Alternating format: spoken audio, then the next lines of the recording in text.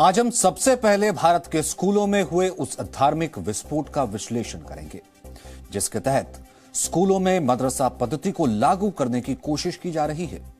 कर्नाटक के उडुपी से शुरू हुई हिजाब पहनने की जिद ने अब आग की तरह दूसरे राज्यों के स्कूलों को भी अपनी चपेट में ले लिया है और अब उत्तर प्रदेश से लेकर राजस्थान के स्कूल और कॉलेजेस में भी मुस्लिम छात्राओं द्वारा हिजाब पहनकर क्लासेस अटेंड करने की मांग की जा रही है। यह एक ऐसा सिलसिला है जो किसी एक राज्य के स्कूल और कॉलेज तक सीमित नहीं रहेगा। इसलिए आज हम आपको ये बताएंगे क्या भारत में स्कूलों का इस्लामीकरण करने की कोशिश की जा रही है। अनौपचारिक रूप से भारत में 1 लाख से ज्यादा मदरसे हैं जहां मुस्लिम छात्रों को पढ़ाई के बीच नमाज पढ़ने का अधिकार है और मुस्लिम छात्राएं हिजाब और बुर्का पहनकर मदरसों में पढ़ सकती हैं। लेकिन एक खास विचारधारा के लोग अब मदरसों वाली इस मॉडल को उन स्कूलों में भी लागू करना चाहते हैं जो अब तक धार्मिक कट्टरवाद से बचे हुए थे। इस समय धार्मिक कट्टरवाद की आग देश के कई स्कूलों और कॉलेजेस तक पहुंच गई है और मुस्लिम छात्राओं द्वारा हिजाब पहनने की जिद ने विस्फोटक रूप ले लिया है। अब तक कर्नाटक, उत्तर प्रदेश और मुंबई से ऐसी खबरें आई थी जहां स्कूल और कॉलेजेस में मुस्लिम छात्राओं द्वारा हिजाब पहनकर क्लासेस अटेंड करने की मांग की जा रही थी। लेकिन अब यह मामला राजस्थान भी पहुंच चुका है। हमें जयपुर के एक प्राइवेट कॉलेज का सीसीटीवी वीडियो मिला है जिसमें 21 वर्षीय एक मुस्लिम छात्रा बुर्का पहनकर अपनी क्लास में प्रवेश करती दिखती है। कॉलेज प्रबंधन की दलील है कि पिछले 8 वर्षों से यहां छात्र छात्राओं के लिए विशेष ड्रेस कोड लागू है, या इसे हम आम भाषा में कहें, यहां पर स्कूलों में अपनी स्कूल की सभी छात्रों के लिए एक जैसे यूनिफॉर्म है और अब तक इस पर कोई विवाद नहीं हुआ है। और कर्नाटक के घटनाक्रम से पहले यहां पढ़ने वाले सभी मुस्लिम छात्राएं बिना बुर्का और हिजाब के कॉलेज आ रही थी। लेकिन अब दूसरे राज्यों की तरह इस कॉलेज में भी मुस्लिम छात्राएं हिजाब पहनकर क्लासेस अटेंड करने की मांग कर रही हैं और इनका कहना है कि यह संवैधानिक अधिकार उनसे कोई छीन नहीं सकता। इस मामले में स्कूल में पढ़ने वाले हिंदू छात्रों द्वारा विरोध जताया गया और यह मामला पुलिस के पास भी पहुंच चुका है।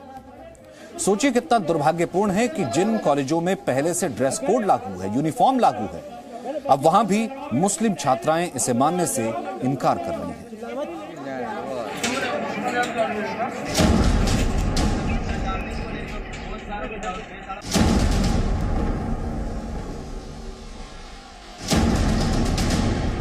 वो एक्चुअल में बुरके में थी और कल भी उसको अलाउ किया था, लेकिन उस बुरके में अलाउ करने की वजह से कल लगभग सारे बच्चे जो थे बाहर विदाउट यूनिफॉर्म खड़े थे। कल लड़कियां भी थी विदाउट यूनिफॉर्म। तो उन्होंने यही कहा कि ये बच्चे आपके लिए कोई स्पेशल है क्या? तो हमने ये कहा कि भाई ये स्पेशल नहीं है, लेकिन फिर मुझे कम से कम 70 से 80 बच्चों को कल अलाउ करना पड़ गया। अरे पहले तो रोका क्यों है? यूनिफॉर्म तो पहन रखे मैडम। अबे संविधान हर जगह लागू करते हैं। संविधान कॉलेज में मना करता है क्या? संविधान कॉलेज में लागू नहीं है क्या? संविधान कॉलेज में नहीं है क्या लागू? उनके कुछ समाज से लोग आए, उनसे हमने बातचीत भी की। उन्होंने भी हालांकि ये कहा कि भाई जब इतने दिनों से ड्रेस कोड है तो उनको ड्रेस में ही आना चाहिए, लेकिन वो कुछ विशेष लोग थे, उन्होंने तोड़फोड़ की भी संभावना लगाई, नारेबाजी भी की।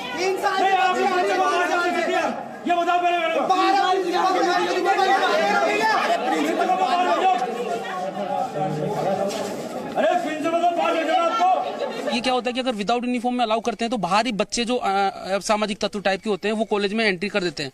हम उनको आइडेंटिफाई नहीं कर पाते, इसलिए ड्रेस कोड का सिस्टम हम लोग लागू किया हम यहाँ पे।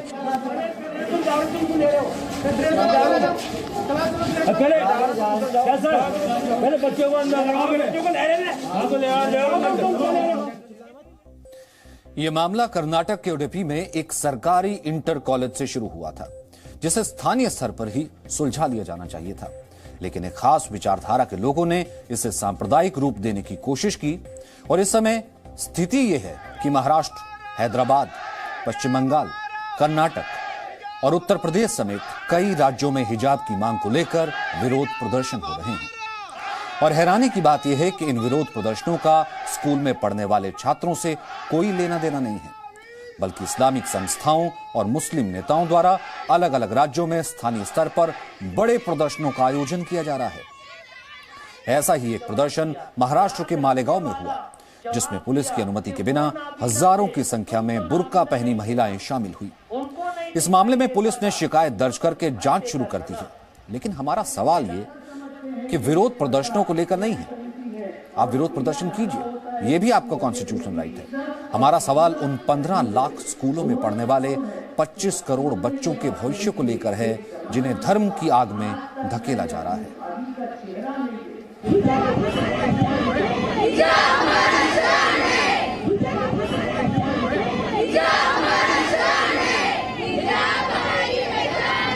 वो लड़कियों की नहीं सुन रहे बात, तो हम उन लोगों के लिए उन लोगों के सपोर्ट में हम ये सब कर रहे हैं, ताकि उन लोगों को अपना राइट मिले। किसी को किसी के रिलीजन में इंटरफेयर नहीं करना चाहिए।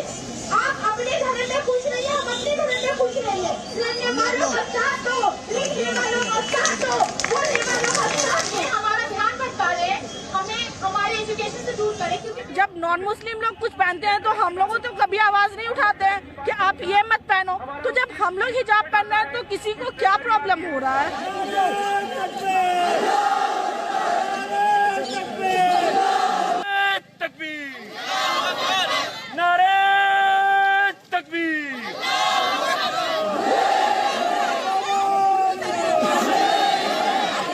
अभी वर्डिक्ट जो है वो हाई कोर्ट के अंदर है, वी नो दैट, लेकिन अगर वहाँ से भी हमको नहीं मिला, हम अपनी मांग के लिए सुप्रीम कोर्ट तक जाएंगे। बिला जरूरत हमारी माएं और बहनें पराए मर्दों को न देखें। हिजाब हमारा, हिजाब हमारा, हिजाब हमारा, हिजाब हमारा,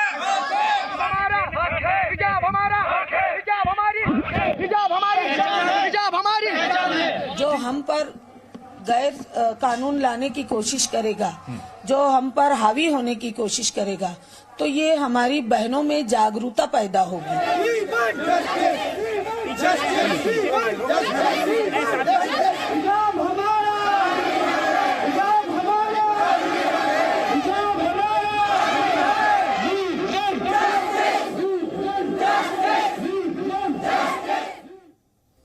तो धर्म विशेष का परिधान लागू करने के लिए ये प्रदर्शन उस देश में हो रहे हैं जिस देश की मूल भावना ही सेकुलर है, यानी एक रिलीजन पर आधारित नहीं है। इस मामले में कल कर्नाटक हाईकोर्ट ने एक महत्वपूर्ण आदेश दिया था। इस आदेश की कॉपी इस वक्त हमारे पास है। अदालत में कहा गया था कि जब तक हिजाब मामले में अपना अंतिम फैसला हम नहीं सुना देते, तब तक राज्य के सभी स्कूलों और कॉलेजेस में छात्र और छात्राएं हिजाब और भगवा गमछा नहीं पहन सकते। आज हमें हाईकोर्ट के इस आदेश की कॉपी मिल चुकी है और इसके 8वें और 9वें पॉइंट में अदालत ने जो कहा है वो आपको बहुत ध्यान से सुनना चाहिए। पहले क्या कहा है, क्या लिखा है, वो मैं आपके लिए पढ़ता हूं, फिर उसके बाद इसका तर्जुमा हिंदी में भी आप सुन सकेंगे। दरअसल इस पूरे ऑर्डर में 8वें पैरा, जो कि बहुत इंपॉर्टेंट है, कोर्ट ने बाकायदा लिखा है, firstly we are pained by the ongoing allegations and the closure of educational institutions since the past few days। पिछले कई दिनों से ये जो प्रदर्शन हो रहे हैं, जिस कारण से एजुकेशनल इंस्टीट्यूशंस बंद है, इस कारण से हमें बहुत खेद है। It hardly needs to be mentioned that ours is a country of plural cultures, religion and languages। यानी हमारा देश जो है वो विभिन्न धर्मों का देश है, विभिन्न संस्कृतियों का देश है और विभिन्न भाषाओं का देश है। Being a secular state, it does not identify itself with any religion as its own। यानी कि बीइंग अ सेकुलर स्टेट, एक धर्मनिरपेक्ष देश होने के नाते इस देश का कोई एक रिलीजन नहीं कहा गया है। Every citizen has the right to profess and practice any faith of choice is true. हाँ, ये सच है। संविधान में कहा गया है कि आप अपनी मर्जी से अपने हिसाब का धर्म प्रैक्टिस कर सकते हैं। However, such a right not being absolute is susceptible to reasonable restrictions as provided by the Constitution of India। लेकिन ये आजादी, आपको धार्मिक आजादी, संविधान एब्सोल्यूट नहीं देता है कि आप कहीं पर कभी भी किसी भी तरीके से इस धार्मिक आजादी का दुरुपयोग या गैर इस्तेमाल भी करें। आगे इस ऑर्डर में कहा गया है कि whether wearing of hijab in the classroom is a part of essential religious practice of Islam in the light of constitutional guarantees needs a deeper examination। इसका मतलब यह है कि इस पैराग्राफ में कहा गया है कि क्या ये बाकायदा कुरान का हिस्सा है, क्या ये बाकायदा इस्लामिक प्रैक्टिस का हिस्सा है कि हिजाब पहनना जरूरी है, और वो भी स्कूल में भी हिजाब पहनना जरूरी है, जहां पर यूनिफॉर्म एक सबके लिए समान यूनिफॉर्म होती है। अगर ये कुरान कहता है, अगर ये इस्लाम कहता है, तो इसके लिए इसकी विवेचना की जाएगी, यानी कि इसकी अभी गहन जो है इसके ऊपर guarantees a deeper examination. इसका एग्जामिनेशन अभी आगे किया जाएगा। वहीं आगे कोर्ट कहता है कि ours being a civilized society, no person in the name of religion, culture or like can be permitted to do any act that disturbs public area and tranquility. इसे आप ऐसे समझिए कि एक स्कूल में तमाम छात्र आते हैं जिसमें किसी का मजहब, कोई मुस्लिम है, कोई हिंदू है, कोई सिख है, कोई ईसाई है और सबका मजहब एक हो जाता है। वहां पर एजुकेशन लेने के लिए आते हैं। लेकिन जिस वक्त वहां पर एक धर्म विशेष से अगर कहा जाएगा कि हमारी आइडेंटिटी ही अलग कर दी जाए, और ये बाकायदा कोर्ट इसमें कहता है ours being a civilised society, उसमें इस तरीके से ये चीजें अलाउ नहीं की जा सकती हैं। Endless allegations and closures of educational institutions indefinitely are not happy things to happen. ये बहुत अच्छा विषय नहीं है कि हम एजुकेशनल इंस्टीट्यूट्स और स्कूलों को लंबे वक्त के लिए बंद कर दें। The hearing of these matters on urgency basis is continuing. यानी कि लगातार अर्जेंसी बेसिस पर हम इस पूरे मामले की सुनवाई कोर्ट में कर रहे हैं। अब हमारा सवाल यह है कि उन मुस्लिम छात्राओं और संगठनों से है जो संविधान और लोकतंत्र की बात करते हैं, जो कहते हैं वो इस देश के संविधान में विश्वास रखते हैं, इस देश का संविधान सेकुलर है, क्या वो कर्नाटक हाईकोर्ट की इस बात को मानेंगे? आज हम यहां एक और बड़ा मुद्दा ये उठाना चाहते हैं कि अगर देश भर के स्कूलों में धार्मिक कट्टरवाद को बढ़ावा दिया गया तो स्कूलों और मदरसों में क्या अंतर रह जाएगा? केंद्रीय अल्पसंख्यक मंत्रालय के अनुसार वर्ष 2018-19 में देश में कुल मदरसों की संख्या 24,000 थी। इनमें तब लगभग 5,000 मदरसे ऐसे थे जो सरकार द्वारा मान्यता प्राप्त नहीं थे। हालांकि यह संख्या सिर्फ उन मदरसों की है जिन्होंने सरकारी मान्यता हासिल करने के लिए आवेदन किया था। वैसे अनौपचारिक रूप से तो देश में लगभग 1 लाख मदरसे हो सकते हैं और इनमें भी 30 से 40 हजार मदरसे केवल उत्तर प्रदेश में हैं। भारत में 3 तरह के मदरसे हैं। पहले वो जो सरकार द्वारा मान्यता प्राप्त हैं, जिन्हें केंद्र और राज्य सरकारों से फंडिंग मिलती है। दूसरे वो जो सरकार द्वारा मान्यता प्राप्त हैं लेकिन उन्हें फंडिंग इस्लामिक संस्थानों और मुस्लिम समुदाय के लोगों से मिलती है। और तीसरे मदरसे वो जो ना तो सरकार द्वारा मान्यता प्राप्त हैं और ना ही इन्हें सरकार से फंडिंग मिलती है। अब मुद्दा यह है कि सरकार जिन मदरसों पर करोड़ों रुपए खर्च कर रही है उनका मुख्य उद्देश्य मुस्लिम बच्चों को इस्लामिक शिक्षा देना है।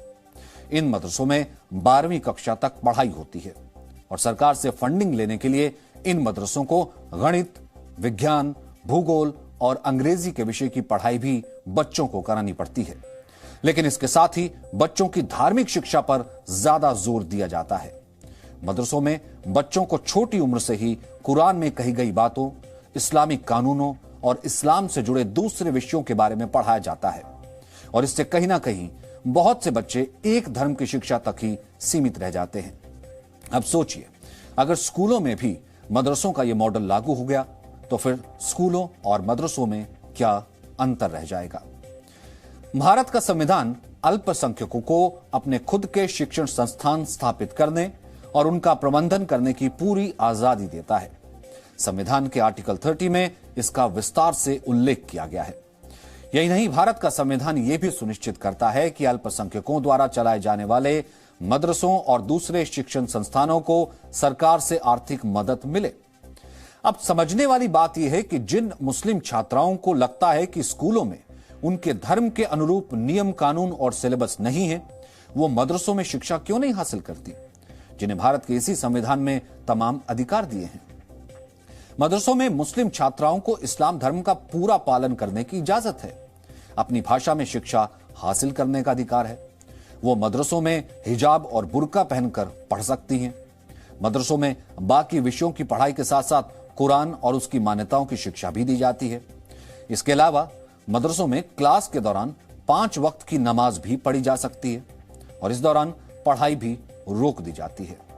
ये सारे नियम मदरसों में पहले से लागू हैं, फिर स्कूलों में भी यही व्यवस्था लागू करने की मांग क्यों की जा रही है? आज हमारा बड़ा सवाल यही है।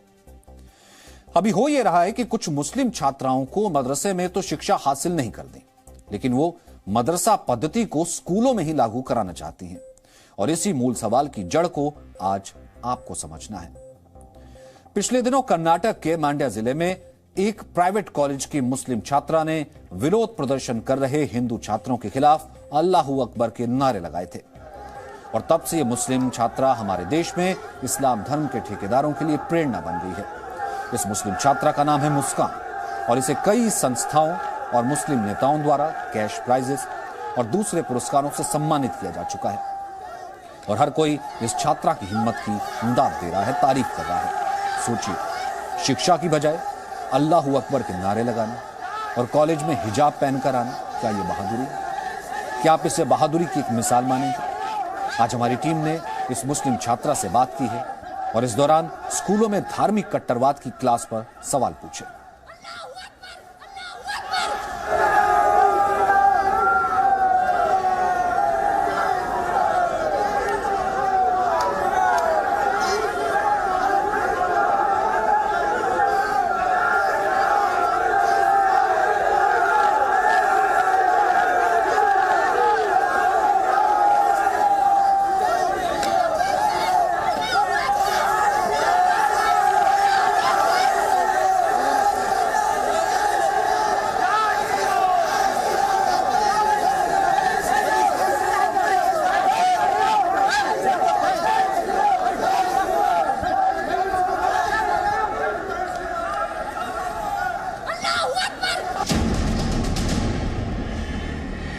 मुस्कान, आपका एक वीडियो जो है इस वक्त हर टीवी चैनल, हर वेबसाइट, हर जगह पर मौजूद है। दरअसल उस दिन हुआ क्या? मैं कॉलेज गई, एज यूजुअल मैं जैसे कॉलेज जाती हूँ मैं गई, असाइनमेंट देने के लिए गई। मुझे बाहर से ही रोका गया था, रोड पे मतलब ऐसे थे। सो बोले बुरखा काट के तू अंदर जा, तुझे अगर पढ़ाई करनी है तो बुरखा काट अंदर जा, नहीं तुझे बुरखा पहनना है तो तू सीधा घर चले जा। फिर भी मैं आई अंदर आके मैं सोची कि मैं चले जाऊँ, मैं अपने क्लास को चले जाऊँ, लेकिन वो लोग सामने आ रहे थे, मुंह पे ऐसे शॉल ऐसे कर रहे थे और बोले जय श्री राम, बुरखा काट ऐसे बोल रहे थे। तो मैंने बोला अल्लाह अकबर। कल कोर्ट ने भी कहा कि पढ़ाई जारी रखनी चाहिए, इस मसले को हम देख रहे हैं। हाँ, पढ़ाई पे ध्यान रखना चाहिए, मतलब इसमें कोई कुछ इंटरफियर मत कीजिए। हम सब्र कर रहे हैं, दुआ कीजिए, बस दुआ कीजिए। और इसे कम्युनिज्म कर रहे हैं, हिंदू मुसलमान के बीच में ला रहे हैं। मैं कभी कम्युनिज्म नहीं की, मैं सिर्फ खड़ी मेरे राइट्स के लिए, मेरा एजुकेशन के लिए।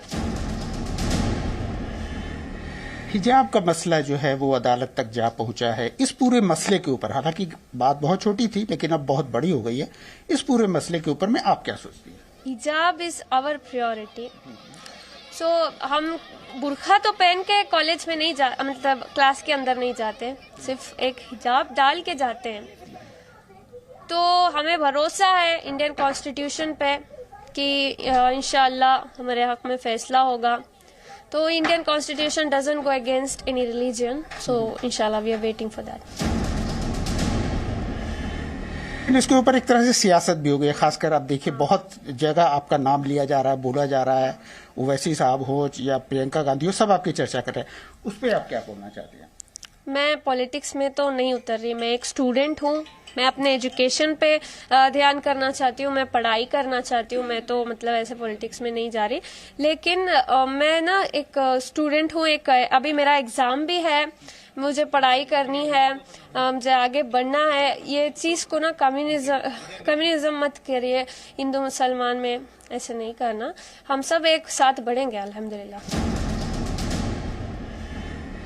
इस तरह की बातें जो हैं लगभग विदेशों में भी कही जा रही हैं या इस तरह से प्रचार किया जा रहा है जैसे हिंदुस्तान में हिजाब पर बैन लगा दिया गया, बुर्का पे बैन लगा दिया गया। आपको क्या लगता है, क्या वाकई ऐसी स्थिति है? तो बस तख्फुल्लाह, ऐसा कुछ नहीं है। हिंदुस्तान में बहुत लड़कियों की बहुत इज्जत करते हैं, ये चंद लोग ऐसा कर रहे हैं। सब मेरे भाई बहन सब एक ही है। इंशाल्लाह मैं बस सब्र कर रही हूँ कि अल्लाह उनको भी हिदायत दे, हम इंशाल्लाह सब ठीक हो जाएंगे। हमारी कंट्रोवर्सी है, हिंदुस्तान की कंट्रोवर्सी है, सारा हिंदुस्तान मेरे साथ है, मैं बहुत खुश नसीब हूँ, सारे लोग मेरे साथ हैं। इंशाल्लाह हम ठीक कर लेंगे वो सब। तो ये थी मुस्कान खान, जिनका साफ तौर पे कहना है कि वो एक स्टूडेंट हैं, वो पढ़ना चाहती हैं और जो कुछ भी हो रहा है वो सिर्फ एक अधिकार की लड़ाई है, उसमें वो किसी तरह की सियासत नहीं चाहती, ना ये चाहती हैं कि इसे हिंदू या मुसलमान के मसले में बदला जाए। कैमरामैन तारक रामू के साथ जयपाल शर्मा, जी मीडिया, मांड्या। यहां आज इस बात को भी समझना जरूरी है कि भारत में किसी मुस्लिम महिला और छात्रा को हिजाब पहनने से नहीं रोका गया है, बल्कि ये मामला तो केवल स्कूलों में सभी छात्रों द्वारा एक जैसी यूनिफॉर्म पहनने का है। लेकिन इस विवाद को हिजाब तक सीमित कर दिया गया है। सोचिए, बच्चे स्कूल क्यों जाते हैं? वो शिक्षा हासिल करने के लिए जाते हैं और क्लास में पढ़ते समय उनके लिए यह मायने नहीं रखता कि वो किस धर्म से हैं। कि हमारे देश के स्कूलों में जब 6 से 7 घंटे बच्चे क्लास में पढ़ रहे होते हैं, तब वो अपने धर्म को क्लास के बाहर नहीं छोड़ सकते। भारत की शिक्षा व्यवस्था में कई तरह की खामियां हैं। आदर्श स्थिति में भारत के स्कूलों में एक कक्षा में 30 बच्चों को एक साथ पढ़ाया जाना चाहिए, लेकिन पढ़ाया जाता है औसतन 60 बच्चों को। यानी कक्षा में एक शिक्षक एक समय में 60 बच्चों को किसी एक विषय की पढ़ाई कराता है। सितंबर 2020 में लोकसभा में यह जानकारी दी गई थी कि भारत के सरकारी स्कूलों में इस समय 17% शिक्षकों के पद खाली पड़े हैं। यह संख्या 10,06,000 होती है। सोचिए, शिक्षकों की इतनी नौकरियां खाली पड़ी हैं। लेकिन हमारे देश में शिक्षा और शिक्षा के स्तर की बात नहीं हो रही है, बल्कि हिजाब की बात होती है। कड़वा सच यह है कि आजादी के बाद लगभग 70 वर्षों तक जिन सरकारों ने मुसलमानों का तुष्टीकरण किया, जिन मुसलमानों के वोटों को सरकारें बनाने के लिए जरूरी समझा, उन्हीं मुसलमानों को शिक्षा, स्वास्थ्य और समृद्धि के मामले में कतार में सबसे पीछे धकेल दिया। इसी तुष्टीकरण की आड़ में वर्षों तक अल्पसंख्यक महिलाओं को 3 तलाक से मुक्ति नहीं दिलाई गई, शरिया कानूनों को बढ़ावा दिया गया और मदरसों में शिक्षा और धर्म का गठजोड़ बनाकर अल्पसंख्यकों से आधुनिक शिक्षा के अवसर छीन लिए गए। धर्म की असली शिक्षा वो नहीं है जो आपकी सोचने, समझने और तर्क करने की शक्ति को समाप्त कर दे, बल्कि धर्म की असली शिक्षा वो है जो आपको सवाल उठाने का सामर्थ्य दे, ताकि आप गलत को गलत कह सकें और अपना मार्ग खुद चुन सकें। धर्म का बचपन पर क्या प्रभाव पड़ता है, इसे समझने के लिए वर्ष 2015 में एक रिसर्च की गई थी। यह शोध 1200 बच्चों पर की गई थी, जिनमें से 24% ईसाई, 43% मुस्लिम और 27% धर्म को न मानने वाले थे। इस शोध में पाया गया था कि जिन बच्चों के परिवार वाले बहुत धार्मिक थे, वो बच्चे अपनी चीजों को दूसरों के साथ आसानी से बांटने के लिए तैयार नहीं होते थे। ऐसे बच्चे दूसरे बच्चों का आंकलन उनकी सामाजिक और आर्थिक स्थिति के आधार पर कर रहे थे। धार्मिक परिवारों से आने वाले बच्चे शरारत करने वाले दूसरे बच्चों को सख्त सजा देने के पक्ष में थे, जबकि जिन बच्चों के परिवार वाले किसी धर्म को नहीं मानते थे, वो ज्यादा मिलनसार, अपनी चीजों को बांटने वाले और दूसरे छात्रों को सजा न देने के पक्ष में थे। यह सर्वे सिर्फ 1200 बच्चों पर किया गया है, इसलिए कोई चाहे तो इसे आसानी से खारिज कर सकता है और यह जरूरी नहीं है कि इसमें किए गए सारे दावे वाकई सच हों। लेकिन इस समय दुनिया की आबादी करीब 750 करोड़ है और इनमें से 84% यानी 630 करोड़ लोग खुद को धार्मिक कहते हैं। फिर भी दुनिया में लगभग हर कोने में इस समय कोई ना कोई हिंसा, कोई ना कोई युद्ध, कोई ना कोई लड़ाई ज्यादातर चल ही रही है और ज्यादातर जगहों पर यह सब धर्म के नाम पर ही हो रहा है। इसलिए यह फैसला आपको करना है कि आपको अपने बच्चों को कट्टर धार्मिक बनाने के नाम पर उन्हें कट्टर धार्मिक बनाना है या फिर उन्हें धर्म के असली मायने समझाते हुए एक बेहतर इंसान, एक बेहतर सिटीजन बनाना है। इस समय जी न्यूज की टीम कर्नाटक के उन स्कूलों में मौजूद है जहां से हिजाब विवाद शुरू हुआ था। हमने आपको 9 फरवरी को अपनी ग्राउंड रिपोर्टिंग के जरिए बताया था कि कैसे इस पूरे मामले को धार्मिक कट्टरवाद का रूप देकर बड़े आंदोलन में बदल दिया गया और इसके पीछे उसी पॉपुलर फ्रंट ऑफ इंडिया यानी पीएफआई का एक राजनीतिक संगठन है, जिस पर शाहीन बाग में नागरिकता संशोधन कानून के खिलाफ कई महीनों तक चले आंदोलन को फंडिंग करने का आरोप है। आज भी हमने इस पर आपके लिए विस्तृत ग्राउंड रिपोर्ट तैयार की है, जिससे आपको यह पता चलेगा कैसे भारत के टुकड़े टुकड़े करने के लिए स्कूलों को हथियार की तरह इस्तेमाल किया जा रहा है।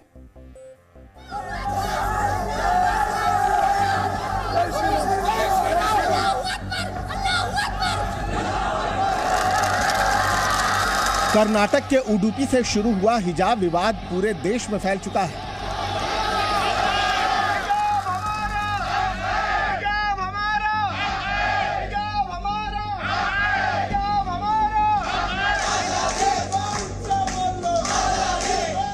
देश के अलग अलग हिस्सों में हिजाब पहनने की मांग को लेकर विरोध प्रदर्शन हो रहे हैं।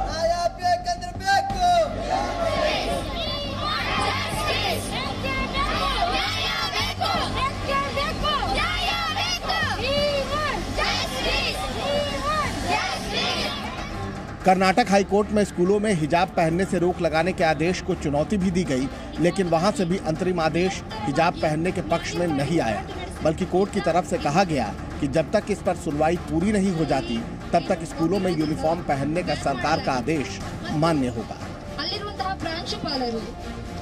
इतना ही नहीं, सुप्रीम कोर्ट में भी इस अंतरिम आदेश के खिलाफ याचिका लगाई गई, लेकिन वहां भी यही कहा गया कि पहले कर्नाटक हाईकोर्ट इस मामले की सुनवाई कर ले। अगर आप इस पूरे मामले को देखें तो जब सुनवाई हो रही थी, जब सरकार ने आदेश दिया तो खुद ये लड़कियां कर्नाटक हाई कोर्ट गई, यानी कि ये मतलब साफ है कि वो कर्नाटक हाई कोर्ट से इस पूरे मामले को लेकर के रिलीफ मांगना चाहती थी। जब सिंगल बेंच ने इस पूरे मामले को लेकर के बड़ी बेंच को सुने जाने को लेकर के कर्नाटक के हाई कोर्ट के चीफ जस्टिस को कहा, तो तीन जजों की बेंच है वो इस मामले को सुनवाई कर रही थी और उन्होंने कल आदेश दिया, अंतरिम आदेश दिया कि जब तक सोमवार को इस मामले पर सुनवाई शुरू होती है तब तक सरकार के आदेश को ही माना जाए, यानी कि किसी भी तरीके से स्कूल यूनिफॉर्म का ही पालन किया जाए, कोई भी धार्मिक परिधान नहीं पहना जाए। लेकिन इस पूरे विवाद के पीछे सवाल खड़ा होता है कि आखिर ऐसी क्या वजह है कि कोर्ट के आदेश और सुनवाई पूरी होने तक भी इस मुद्दे को लेकर माहौल गर्मा रहा है। आखिर वो कौन लोग हैं जो इस पूरे मामले को सुर्खियों में बनाए रखना चाहते हैं और विवाद खड़ा रखना चाहते हैं। आज हमारे मुल्क में अक़लियतों के लिए कोई जगह नहीं है, ना ही उन्हें तहफ़्फ़ुज़ है। आज जहाँ पे बेटी बचाओ बेटी पढ़ाओ कहते हैं, वहाँ एक भी बेटी महफूज नहीं है, हर बेटी की जिंदगी खतरे में है। बस हिजाब का बहाना बना रहे हैं। When we had joined the college first, in that college rules books they are mentioned we can wear a hijab and there is no restrictions about hijab. Then again, suddenly, why they are telling about we should not wear a hijab? We should not come to college by wearing hijab. Why? Rules कब से आ गया हमारे कर्नाटक में specially because जब हमारा constitution ही हमें promise कर रहा है पहले से भी कि हम लोग फ्री हैं हमारे रिलीजन और हमारा कल्चर फॉलो करने के लिए, तो ये लोग ऐसा अब क्यों नया रूल्स बना रहे हैं, ये हमको समझ में नहीं आ रहा। अगर गर्ल्स स्कूल के अंदर जहाँ पे गर्ल्स टीचर ही हैं और क्लासरूम के अंदर आपको कहा गया है कि आपको यूनिफॉर्म में रहना ना कि बाहर, तब क्या दिक्कत है? तब भी अगर गर्ल्स टीचर हो गए, सब भी लेडीज हो गए, तब हमें कोई प्रॉब्लम नहीं है। लेकिन अगर इस्लाम लेडीज के हिजाब हमारा इस्लाम, ये हमारा राइट्स है, हम हमारे राइट्स को मांग रहे हैं सर, दूसरा कुछ भी नहीं मांग रहे हैं, सिर्फ हमारे राइट्स मांग रहे हैं। ये हमारा कानूनी हक है, ये हमारा मजहबी हक है, इसको हमसे कोई भी नहीं छीन सकता है, या इसमें हमें कोई भी रोक नहीं लगा सकता है कि आप हिजाब नहीं पहन सकते हो, आप हिजाब नहीं लगा सकते। फ्रीडम के लिए प्रोटेस्ट कर रहे हैं, ये डेमोक्रेटिक कंट्री है, हमें लगता है कि हर किसी का अपना नजरिया है, अपना ओपिनियन है, हमारा राइट है, इंसान जो भी चाहे वो पहन सकता है, तो हिजाब भी उसी में आता है, हिजाब भी इसके लिए ऑपरेशन नहीं है हमारे लिए। ये लड़ाई अल्लाहू अकबर और जय श्री राम की नहीं है, ये लड़ाई है हम लोगों के हुकूक की। हमें आर्टिकल 25 ये पूरा हक देता है कि हम अपने कॉन्सेंस को पूरा करें इस देश में, जो भी चाहे, और कौन डिसाइड करेगा कि कॉन्सेंस का हिस्सा क्या है और क्या नहीं है। इस समय जी न्यूज की टीम लगातार उडुपी में रहकर इन सवालों के जवाब ढूंढ रही है। हम जब उडुपी के विधायक रघुपति भट्ट से मिले तो उन्होंने बताया कि इस पूरे मामले के पीछे गहरी साजिश है और पीएफआई, एसडीपीआई और उसकी स्टूडेंट विंग सीएफआई इसके पीछे है। ये लड़कियां 1.5 ईयर से हमारा कॉलेज में ठीक से आ रही थे, कॉलेज में हिजाब डाल के आते थे, क्लासरूम में हिजाब डाल के जाते थे, हिजाब निकाल के क्लासरूम में अटेंड करते थे। ये अक्टूबर एंड नवंबर में ये कैंपस फ्रंट ऑफ इंडिया का कनेक्शन में आ गया। उसके बाद ये ट्विटर भी चालू किया, उसके वजह से उसका ट्विटर अकाउंट नहीं था।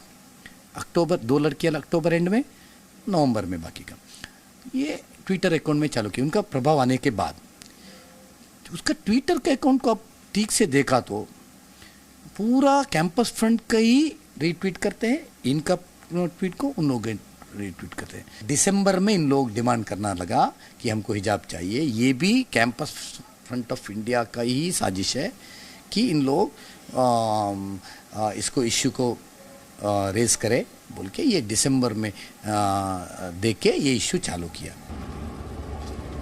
इस पूरे विवाद की शुरुआत दिसंबर 2021 से हुई, लेकिन इसकी नींव उससे भी 2 महीने पहले अक्टूबर में रख दी गई थी। हमें पड़ताल के दौरान पता चला कि यहाँ उडुपी में भी एबीवीपी ने एक लड़की के साथ हुई बलात्कार की घटना के बाद विरोध प्रदर्शन किया था, जिसमें 2 मुस्लिम लड़कियां भी शामिल थीं। बस यहीं से कैंपस फ्रंट ऑफ इंडिया ने यहाँ के मुस्लिम छात्राओं और उनके परिवार को भ्रमित करना शुरू कर दिया।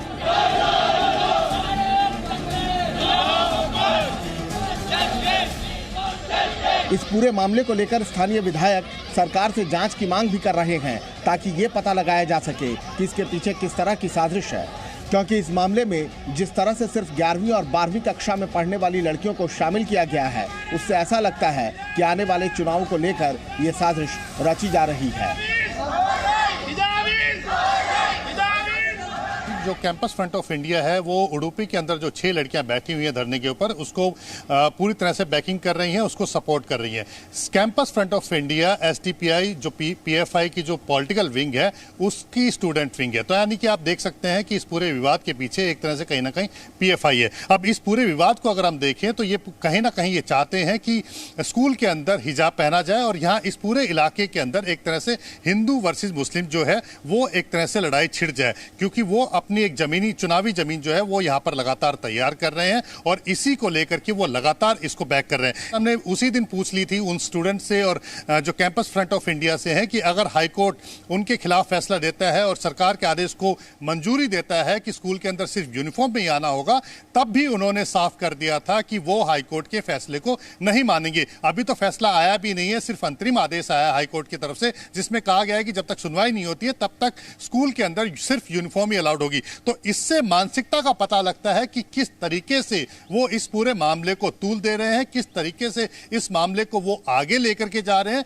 किस तरह से उडुपी के अंदर हिजाब पहनने की जिद की मांग को लेकर के पूरे देश भर के अंदर वो फैला देना चाहते हैं मुस्लिम लोगों के बीच में और एक तरह से कर देना चाहते हैं कि जो सरकार है वो कहीं ना कहीं मुस्लिमों के खिलाफ है। तो एक तरह से वो अपनी जमीन को तैयार करने में यहां पर लगे हुए हैं और यही वजह है कि वो इस पूरे मामले को तूल दे रहे हैं।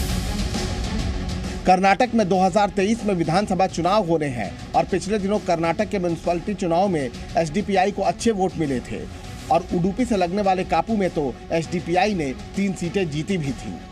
कापू मंगलुरु की तरफ है, जहां पर पहले से ही एसडीपीआई की अच्छी पकड़ है। माना जा रहा है कि इसी मुद्दे के बहाने एसडीपीआई मुस्लिम वोट बैंक को मजबूती से अपनी तरफ खींच लेना चाहती है। इस पूरे मामले पर पीएफआई और हिजाब पहनने की मांग कर रही लड़कियों से भी बात करने की कोशिश की गई, लेकिन कोई भी बात करने को तैयार नहीं हुआ।